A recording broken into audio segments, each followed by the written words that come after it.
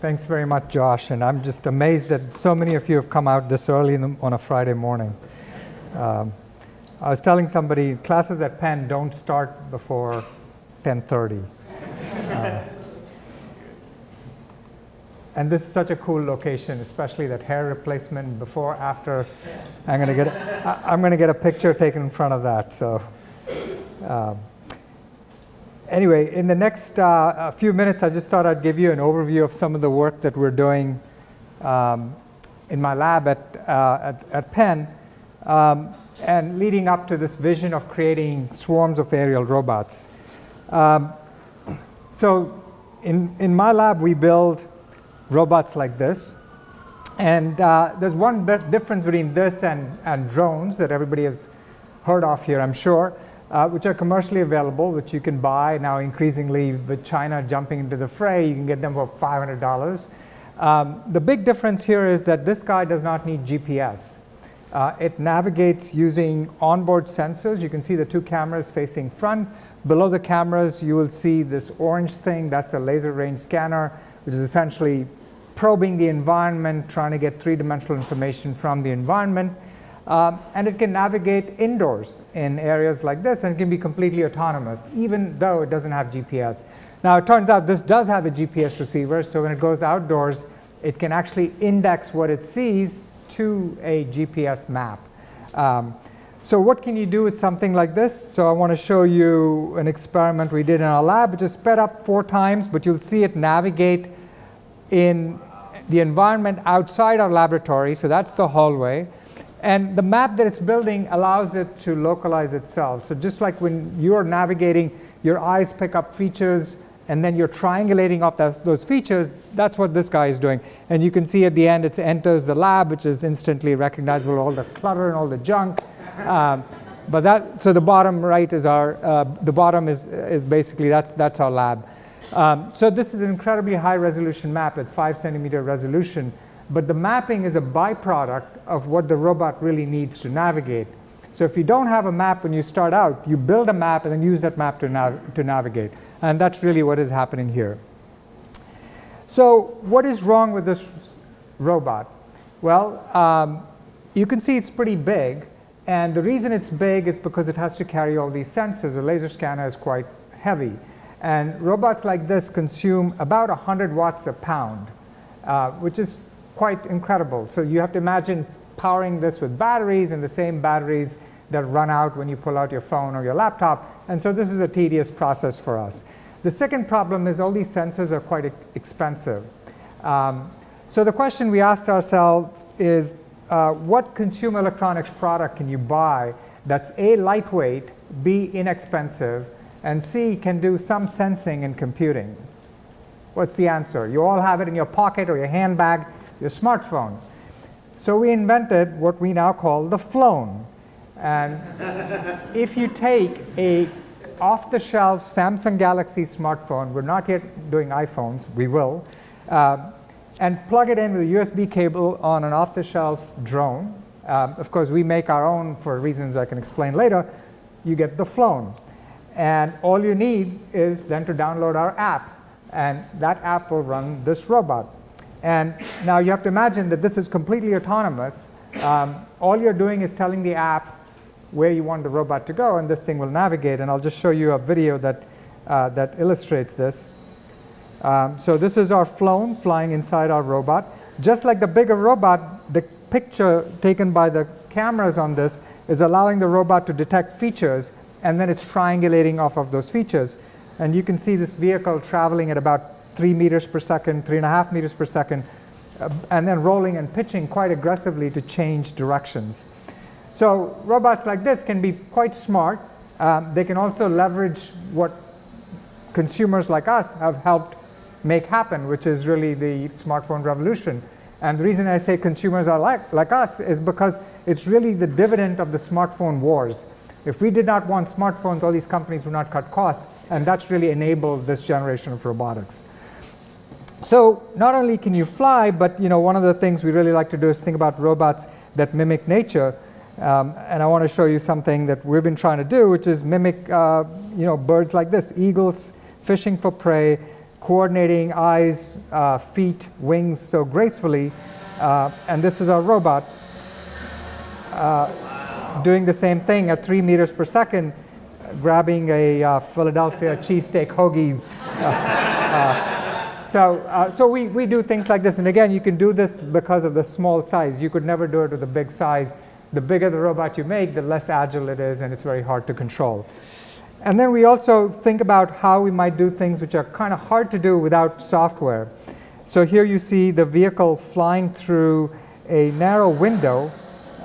And this window is actually, if you look at the height of the window, it's not as tall as the suspended payload. And the robot essentially figures out how to go through this window safely. And it does it by essentially modeling the environment, modeling the physics, and then determining what control to apply to actually go through this. So we actually want to make it even smaller, and our inspiration again comes from nature. So I want to show you this really cool video of honeybees. And you can see they don't care about avoiding collisions. So imagine self-driving cars, imagine drones colliding with everything. It would just be chaos, but you know what? Nature doesn't worry about it. In fact, if there were an emergency in this building and we all had to evacuate this building, we would jostle and we would all get out pretty safely. But here you can see the advantages of small size. Because these small creatures are low in inertia, they can actually collide with each other and recover from that.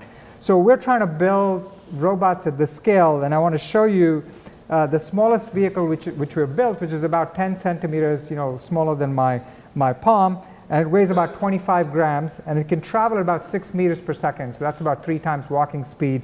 For most of us, it's faster than running speed. And show you the first, I think, planned mid-air collision at 1/20th the speed. So here are two vehicles sort of planning to collide, and you can see them recover from this collision. And again, you can do this because of the small inertia and because of the onboard sensors. They're not too different from the sensors in your smartphone. And then recovering from this collision. And by making it small, you can also make it safe. So one question then is the small robots, do they solve all the problems we want? And if you look at nature, where you have small creatures solving complex tasks, oftentimes they find different ways of overcoming the limitations of size. So here you can see ants building an incredible bridge. You can see fish ganging up together and trying to protect themselves from a predator. One question is, how can we get robots to do this? So we've been very interested for a while now to create artificial swarms using models that nature provides. Now, to understand nature is quite complicated, but what we've done is abstracted 3 high-level organizing principles that are not too hard to follow and not too hard to reduce to practice. The first very simple idea is that you maintain relationships with your immediate neighbors and what we call leader-follower networks. So every robot is a leader and every robot is a follower, and you're trying to maintain relationships with your immediate neighbors. So here you can see a human operator that's literally hijacked one of our flying vehicles, and by manipulating that vehicle manually, force the team to adjust to what he's doing. So the way this happens is the robots essentially communicate with each other. So one of the robots is doing something different, the others try to conform to that. So this is an example of a small team, but you can imagine a very large team being manipulated by a few leaders. And by the way, his theatrics are not doing anything. It's really the talking between the robots. The fact that one of the robots is not flying doesn't really matter. So this is one key idea. The second key idea is this paradigm of what we call anonymity, where the robots are essentially agnostic to the identities of their neighbors. So here you'll see David Pogue inserting new robots into the formation, pull robots out. The basic task that they've been given to do is to form a circular pattern. And in fact, all they have is the equation for a circle. and they figure out, independent of who their neighbors are, how many neighbors are in the team, to essentially assemble into this formation. So once you know how to form this formation, and then once you know how to maintain relationships with your neighbors, you can actually do some very fancy things. So here's an example of how you can take a team and then have their shape change as a function of time. Again, the team members simply know the mathematics of the equation of the shape that they're supposed to generate, and that allows them to morph from a circular pattern, a rectangular pattern, into a straight line, into an ellipse, and things of that nature. So in principle, techniques like this could be used to build swarms of the scale of hundreds and thousands or millions that we see in birds. So this is one idea we're pushing. But the question you should ask is, why waste our time doing things like this? Besides generating cool videos, what are the applications? And this is something we think a lot about. And there are many problems confronting us, confronting our society. I think the biggest problem we have today is agriculture. Some of you may say water, but remember, 80% of water consumption is really in agriculture. So by solving the world's agriculture, the food problems, I think we can make a big impact. So our approach is to think about how to improve the productivity of farms like this to solve the global challenge we have, which is of malnourishment and the lack of resources, namely land. So in precision farming, you can imagine robots like this essentially building models of individual plants and determining what kinds of inputs the farmer has to apply to on a plant-by-plant basis. So this is a video shot near Biglerville in Pennsylvania, about 2 hours drive from here, and you'll see our robots flying through this apple orchard, building three-dimensional models of individual plants, assessing every plant's health, much like a doctor might assess your health, and then we might think about personalized medicine to treat individual patients. So here you see this robots flying through these orchards, and you'll see two others out of the camera eye. And the reason, again, we use lots of robots is because you want to cover large areas with batteries like batteries you have on your cell phones. You have a very short amount of time, so you just deploy a swarm to do this. And here you can see there's two other robots doing the same thing. So what kind of information do these robots gather? And let me just show you examples of data we're able to collect in real time. So on the top left, you see essentially a standard camera, visual information. In the center left, you see infrared information. And on the bottom left, you see thermal camera information. And essentially, this is all fused together to generate this map that you see in the center panel. So this is a three-dimensional model being built with all kinds of information being overlaid on that model, and all done in real time. So this is information that you and I would not be able to collect because we're limited by the sensors we have. But because these robots carry cameras that are hyperspectral, that can sense frequencies that we cannot sense, you can get a lot more information out of these cameras. So to just give you an example, some of the things we're able to do automatically, and this may sound trivial, the first thing we do is count fruits. So if you go to a farmer and ask him or her, what's the yield in your farm or orchard, chances are he or she will be off by 50%. The best guess that they have is to look at last year's yield and see what their current yield is. Well, the fact is, if you underestimate your yield, then you can actually be way off in terms of planning for downstream picking, harvesting, distribution. And in fact, that's one of the problems we have with farms in Washington. Last year, they had a bumper crop in apple, and with 50% more yield, but they had no way of harvesting the 50% apples because they didn't have the people in place and the downstream production. So we're trying to count apples.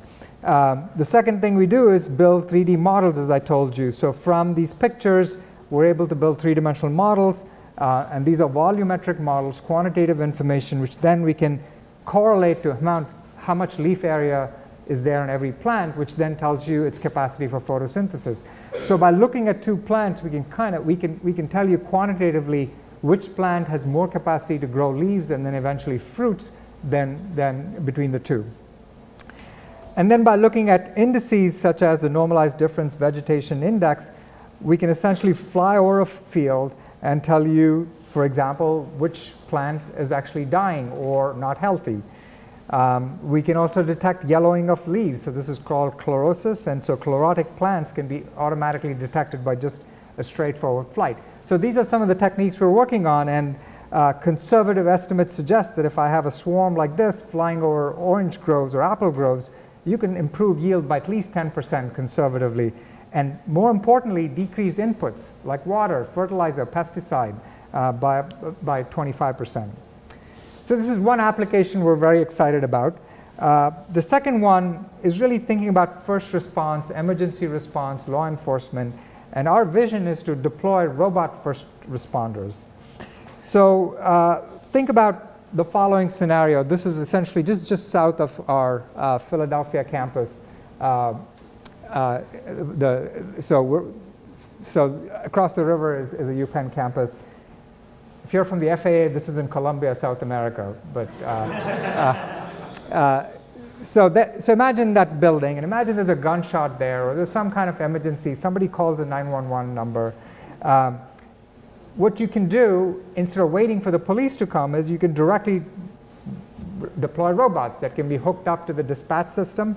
And so here you have a whole bunch of robots going to the scene, and they surround the building, and they're able to get there within seconds. And remember that these robots are pretty inexpensive, so you can imagine having teams like this every few city blocks. And when they get there, there's no human operator that needs to tell them where to go. So you can see in the panel, this is what the dispatcher sees. The robot's automatically deploying. The dispatcher may not even know how many robots are there. And you can see pictures from the robots being assembled into a mosaic, again, in real time, and possibly even in 3 dimensions. And you can imagine now when human first responders arrive at the scene, they already know exactly what to do because they have all this information collated into this 3-dimensional setting. So this is something we're working to implement, and we see as FAA starts relaxing its rules and regulations, and as agencies, different law enforcement agencies actually start using drones, we can actually use swarms of these to make them much more efficient. Not just aerial robots. I want to show you some work we did 3 years ago, shortly after the Fukushima disaster in Japan. This is in Tohoku University. So you'll see our robot being carried by one of our collaborators' ground robots. And again, the reason our robot is hitching a ride is because it's programmed to be lazy. As you know, batteries run out pretty quickly. So whenever possible, the 2 robots collaborate. Our robot hitches a ride. But here you see them arrive at this collapsed doorway, and the ground robot can't go in, but our aerial robot is able to go in. And you can see it building a map, again in real time, flying over the bookcase. And with the collapsed walls, you can't have people go in there, but our robot can go on the other side and ascertain the health of the building, if there are any victims. So these kinds of things can actually happen in an automated fashion with operators being outside the building. So we're working on scenarios like this to build 3-dimensional maps like the one you see in this picture. So this is the 7th, 8th, and 9th story of this building that we're able to build in an automated fashion using just 2 robots, and 1 aerial robot and 1 ground robot. But this took us 2.5 hours to build. Now, no first responder is going to give anybody 2.5 hours to deploy his or her robots. First response is a op-tempo mission, and they want to do it in 2.5 minutes, if not 2.5 seconds. And that's really where the idea of a swarm comes in. Now imagine instead of 2 robots, you had hundreds of robots all flying in and getting all this information, and they fly out of the building, everything gets assembled in the cloud, and then by the time the human operators are there, first responders are there, they have 3-dimensional maps, they know exactly what to do, and keeping them out of harm's way and allowing them to be more efficient. And that's really sort of the vision we're trying to build towards. So I'm running out of time, and let me try to close on a light note. I want to share with you a video that was made by my former students at KML Robotics, which recently got acquired by Qualcomm. This is a cool video, and it was created by KML Robotics in collaboration with Lexus. And if you're interested in finding out more about the video, you can Google Amazing in Motion, and you can see how this video was created. But I want to show you the video itself. It's only a 1-minute clip.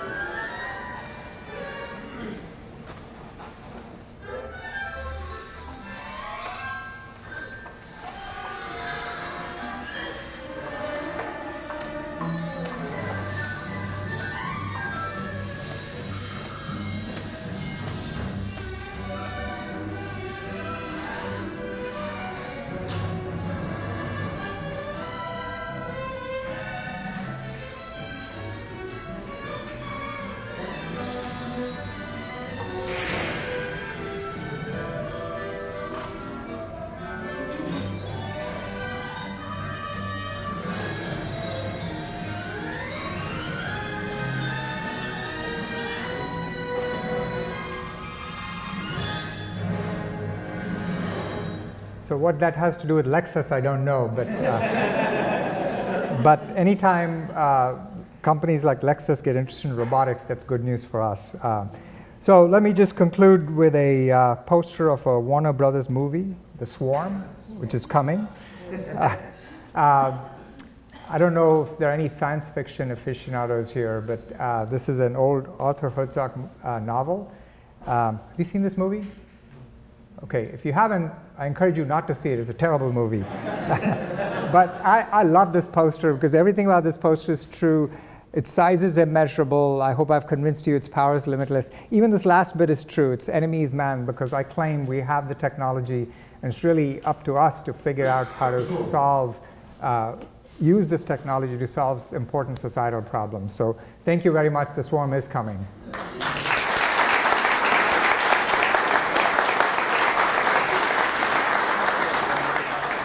Yeah. 15 minutes. 15 minutes? Yeah. Okay, so yes.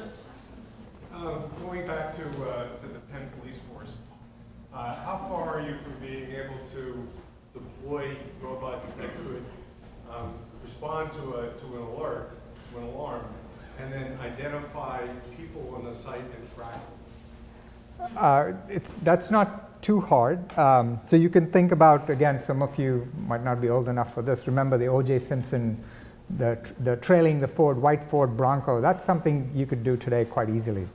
So the thing we don't do is, so there's two problems. One is how to exhibit autonomous flight and pick up features of interest. And the other is how do you recognize targets. So automatic target recognition is a huge area of interest. And as you might imagine, the Defense Department is very interested in this, and there's been a lot of work in this area. I was thinking more about the Penn Police Force. I said I was thinking more about the... No, what I meant is the investment of DoD has actually led to a lot of things that we can now, which are commodity items. So yes, we can exploit all of that. So the Penn Police Force could do that if they wanted. Could you speak a little bit about the ethical dynamics this brings? Great question. So before I get into the ethical thing, I think there are three questions that I think we should all be thinking about. The first question is safety. This is the thing I worry most about. There are kids, so it's strange. As a hobbyist, you're allowed to fly these things, but professionals like us are not allowed to fly it. And this is a wonderful government they're very liberal in some ways, but in other ways they're not very careful. So to me, I worry about safety. So that's the problem I'd like to solve. I think the second question is security. So you think about how your computers are hacked. Well, any one of these, my students can hack into in about 15 minutes. So imagine your drone being hijacked by one of my students, literally, and then, having it do bad things. So that's the thing I worry about. I think the third thing is questions of privacy. So that's the thing I worry the least about, because yes, they have cameras, but I can also ask you collectively, if you worry about your privacy independent from drones, and if you don't, you should go on the internet and try to find pictures of yourself that you don't know exist. And I guarantee you there are lots and lots of them. So this is already happening today. So the rules that and maybe ethical principles by which we think about privacy are independent of the things that are really surrounding all of these things that I just talked about. Now there are other ethical questions. Is robotics a bad technology? And I can just go back to the one technology we all rely on, MRIs, and nuclear medicine just started, and we've benefited a lot from that. All of us are. If you haven't, you will. But guess what? That's what led eventually to the atomic bomb. So there's a little bit of, you have to be careful about what you say I'm not going to do. If you don't do it, you won't get the benefit, but guess what? Someone else is going to do it anyway. So wouldn't you rather that the good guys figure out the technology so we can defend against the bad guys? Yes? Which jobs do you think robots will take away from humans in the next 10 or 20 years? And which jobs do you think will still be available for us? There was a great article in the New York Times which suggests that the A+ students who are 4.0 GPAs, those are the ones that are most likely to suffer. Because guess what? The way you get A+ and 4.0s is by figuring out how to do exams. And that's the thing that can be easily computerized, right? So this is just it's a flippant comment, but the people who are B+ and Bs, they oftentimes have the sense of judgment, and they know how to handle an unstructured problem setting, and they can solve problems. So the problem solvers, I think, their jobs will not be threatened. We all think about AI and how it's going to overtake us and just rule us. I don't think that's true. It's true that robots will be capable of superhuman performance, but only in certain ways. So robots are already stronger, faster than we are, right? They can do calculations much faster than we can, but does that make them somehow intrinsically better? Maybe at certain things, but there are a whole host of things that I think humans will always be better at. Problem solving is one, and I think, so we have to keep things in balance here. I think a bigger challenge we have as a society is the question of education and training. You can go back to when word processors replaced typewriters and secretaries got replaced by administrative assistants. Fortunately there, we were well trained and we could move up from just typing to becoming assistants. The question now is, can we become adequately trained, so instead of doing the jobs that robots do, can we actually think about using the robots? And for that, you need a certain skill level, and that's something we need to invest in. Yes? How do you think ownership of both the robots and the data that they're collecting is going to be, like dispersed both privately, commercially owned, and public? So this is, again, I think a question that transcends robotics. There's a lot of data that's being collected. And again, if you come into the Penn campus, I can guarantee you there are cameras that are following you. And the question you have to ask, and I'm sure it's there in Philadelphia street corners too, the question you have to ask is, what are they doing with that data, right? So this, I think, is an important question, but I don't think it directly connects to the kinds of things we're doing. It's true, with robots you can automate data collection, you can collect lots more data, but the fact is the amount of data we're capable of collecting is doubling, I think, every 40 days. So that is something we should be concerned about. There was a hand back up there. I'm curious about the consumer applications. Looking at the swarm, I thought of archaeologists and King Tut's tomb, how they must be salivating to get their hands on such robots. But what are some of the consumer applications, other than the hobbyist in the parks? Well, the biggest entertainment biggest industry is entertainment, and you can imagine, these kinds of robots being used for entertainment, like that video I showed you. I think the hobby industry is doing phenomenally well because of the price to performance ratio of consumer grade electronics as it falls. All of that gets pushed into the hobby industry. So to me, that's a big thing. I think we're a narcissistic society. We're obsessed with selfies. I mean, you can see at least 20 startups that are essentially doing drones for taking pictures of yourself. Right? so that's a consumer application. But Silicon Valley is, I think, obsessed with applications that scale with the population, and those are the kinds of things they're funding. I'd much rather think about big problems, societal problems that we should target. I was wondering, there's probably a lot of people in this community that are makers and that kind of like to build. If you're a maker, how do you get involved, beyond just being sort of a consumer of this and actually start playing with these? Yeah, I think that's any one of the robots I showed you, my students who are well trained can probably build in 2 hours, 2.5 hours, using a 3D printer, and assuming you have access to supplies. Unfortunately, many of them are in China if you want to make them low cost, but if your cost is not an objective, you can build all of this yourself. The other resource we have is, of course, open source software, and there's a whole bunch of stuff you could put together.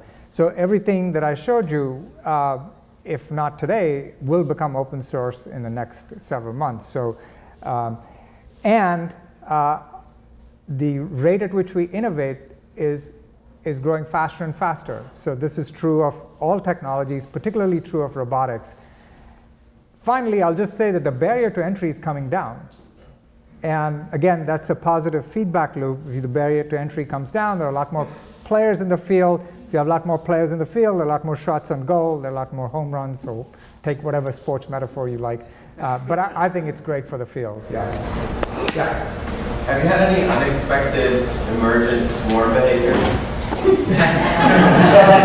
This is a very good question. So if you have simply this very, very low-level set of rules that say, hey, for example, follow the leader, right? As you saw, there was one person that was able to manipulate the swarm.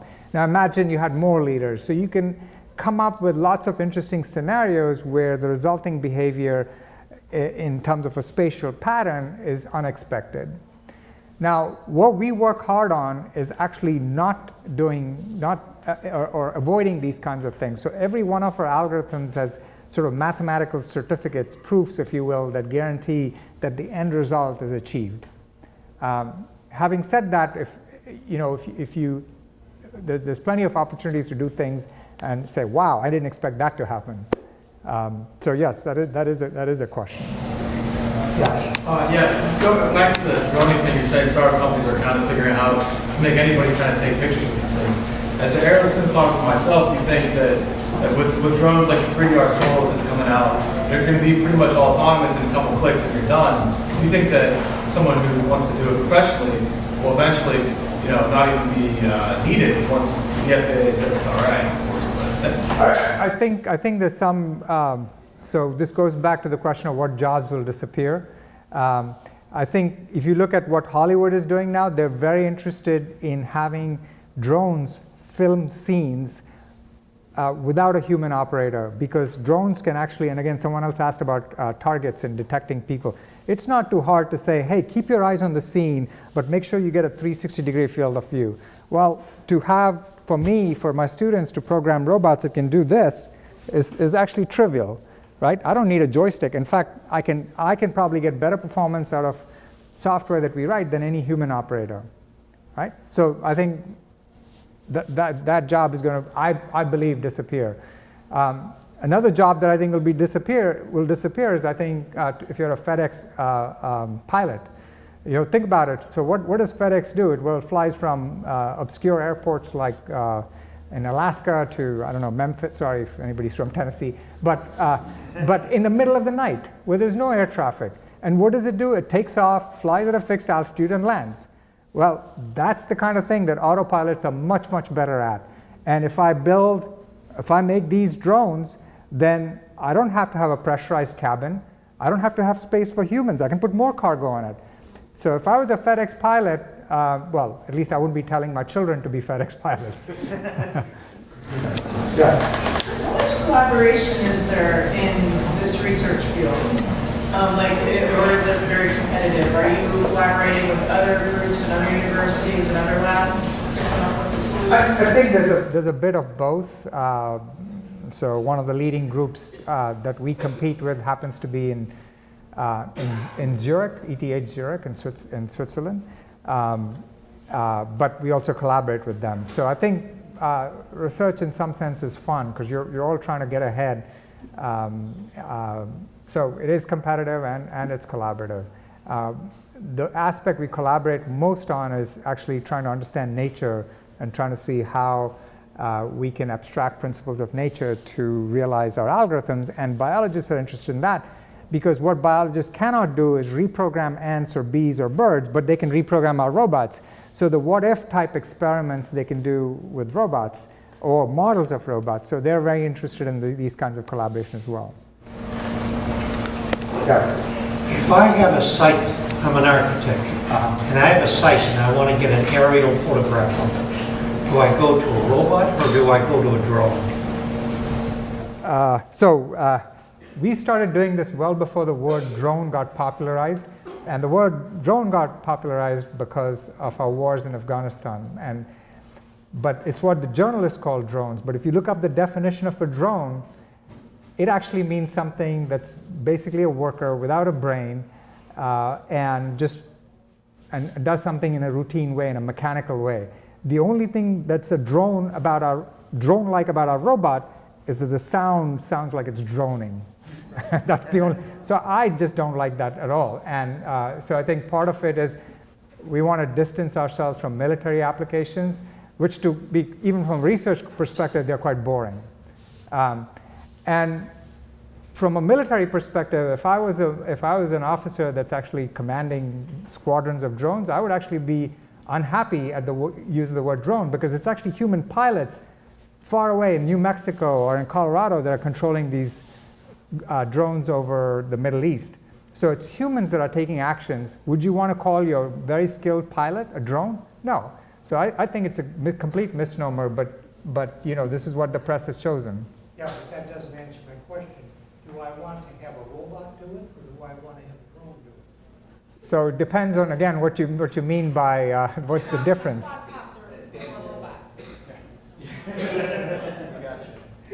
Yeah, so our robots are built with 4 rotors, so we call them quad rotors. And are they drones? Well, yeah, you can control them the way a drone is controlled. So I don't see the distinction, but I prefer to call them robots. Plus, this is about robots, so I wouldn't be coming to talk to you about drones.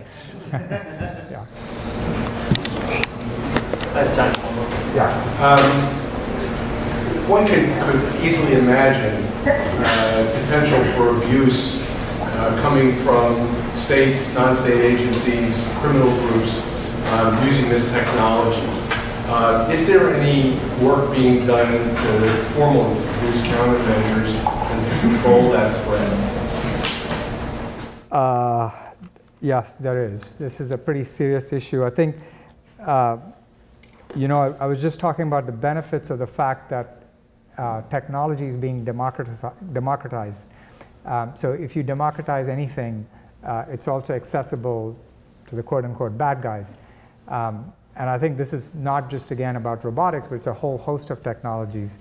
And so anytime you develop something, you also have to think about, what's the word, the vaccine for it, right? And so you have to have a, so I think this is something that people are thinking about. I have to tell you, you know, there was this crash in the White House. I mean, that drone could have been equipped with C5 explosives. And it's very hard to bring down with the radar. These things are pretty small. So what do you do? There are a lot of strategies you can use, but they're all invasive. For example, you could blank out cell phone coverage. You could blank out GPS. But then that's also going to kill our civilian infrastructure. So this is a, I mean, I'll just tell you it's an issue, something I think a lot about. Great. Thanks very much. All right.